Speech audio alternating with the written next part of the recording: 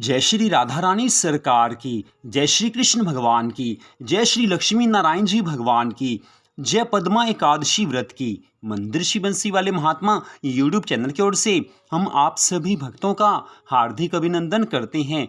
भाद्रपद मास के शुक्ल पक्ष की पद्मा एकादशी व्रत के संबंध में आज की इस विशेष वीडियो में हम आपको सारी जानकारी देने जा रहे हैं।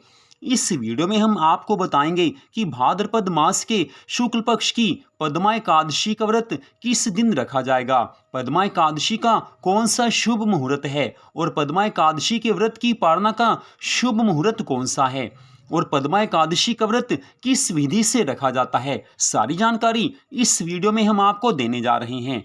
तो सबसे पहली बात यह है कि भाद्रपद मास के शुक्ल पक्ष की एकादशी को पद्मा एकादशी के नाम से जाना जाता है। इसे जल झूलनी एकादशी भी कहते हैं और इसे परिवर्तनीय एकादशी भी कहते हैं। श्री हरि विष्णु भगवान जी आषाढ़ मास के शुक्ल पक्ष की शयनी एकादशी से लेकर कार्तिक मास के शुक्ल पक्ष की देव उठनी एकादशी तक इन 4 मासों में क्षीर सागर में शयन करते हैं। कार्तिक मास के शुक्ल पक्ष की देव उठनी एकादशी को प्रभु योग निद्रा से जागते हैं और भाद्रपद मास के शुक्ल पक्ष की पद्मा अर्थात परिवर्तनीय एकादशी के दिन भगवान क्षीर सागर में करवट बदलते हैं अर्थात उनकी स्थिति में परिवर्तन होता है। इस कारण इस एकादशी को परिवर्तनीय एकादशी के नाम से जाना जाता है। तो इस वर्ष 2024 में भाद्रपद मास के शुक्ल पक्ष की पद्मा एकादशी का व्रत 14 सितंबर दिन शनिवार को रखा जाएगा।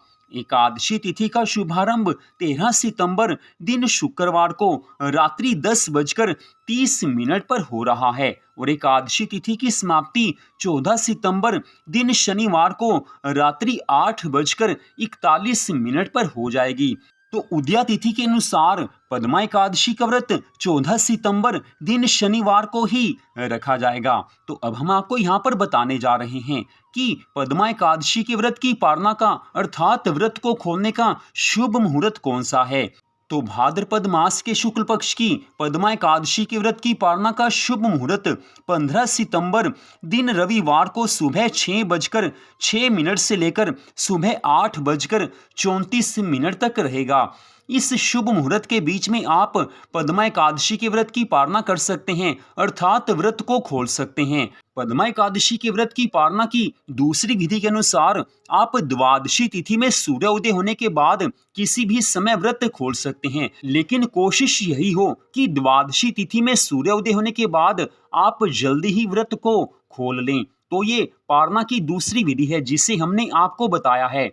तो अब हम आपको यहाँ पर बताने जा रहे हैं कि पद्मा एकादशी का व्रत किस विधि से रखा जाता है। तो सबसे पहली विशेष जरूरी बात यह है कि जिन भक्तों ने पद्मा एकादशी का व्रत रखना है उन्हें एकादशी तिथि से एक दिन पहले रात्रि में ही टूथपेस्ट, मंजन या ब्रश आदि कर लेना चाहिए, क्योंकि एकादशी के व्रत के दिन कभी भी टूथपेस्ट, मंजन या दातुन नहीं करना चाहिए। तो पद्मा एकादशी व्रत के दिन आप सुबह सवेरे जल्दी उठ जाएं, नहा धोकर आप पवित्र हो जाएं। नहाने के जल में थोड़ा सा गंगा जल मिला लेना चाहिए। गंगा जल घर में नहीं है तो हर हर गंगे, हर हर गंगे, इस तरह से बारंबार माँ गंगा के परम पवित्र नामों का उच्चारण कीजिए तो भी आपको गंगा स्नान का पुण्य फल मिल जाएगा। इसके बाद आपने अपने घर के मंदिर में श्री राधा कृष्ण भगवान जी का, श्री लक्ष्मी नारायण जी भगवान का, साथ में तुलसी माता का पूजन करना है। पूजन पूरी श्रद्धा भावना से करना चाहिए। पूजन में धूप, दीप, फल, जल, दूध का प्रयोग किया जाता है। एकादशी व्रत के दिन सुबह अगर आप पूरी श्रद्धा भावना से पूजन करेंगे तो भगवान की बड़ी ज़्यादा कृपा मिलती है। पूजा के पश्चात पद्मा एकादशी व्रत की कथा को आपने पढ़ना है या आप कथा को सुन भी सकते हैं। अगली बात, आपने कथा पढ़ ली या सुन ली, इसके पश्चात आपने भगवान जी की आरती करनी है। आरती पूरी श्रद्धा भावना से आपने करनी है। तो सुबह इस तरह से आपने भगवान की पूजा आराधना करनी है। पद्मा एकादशी के दिन विशेष रूप से श्रीमद् भागवत महापुराण का पाठ करना बहुत ज़्यादा शुभ माना गया है, क्योंकि श्रीमद् भागवत महापुराण हमारे हिंदू धर्म के 18 पुराणों में से सर्वश्रेष्ठ पुराण है। इस पुराण में भगवान के सभी अवतारों की कथाएं आ जाती हैं। इस कारण श्रीमद् भागवत महापुराण के किसी भी अध्याय का पाठ अवश्य करना चाहिए, ताकि भगवान की अधिक कृपा को प्राप्त किया जा सके।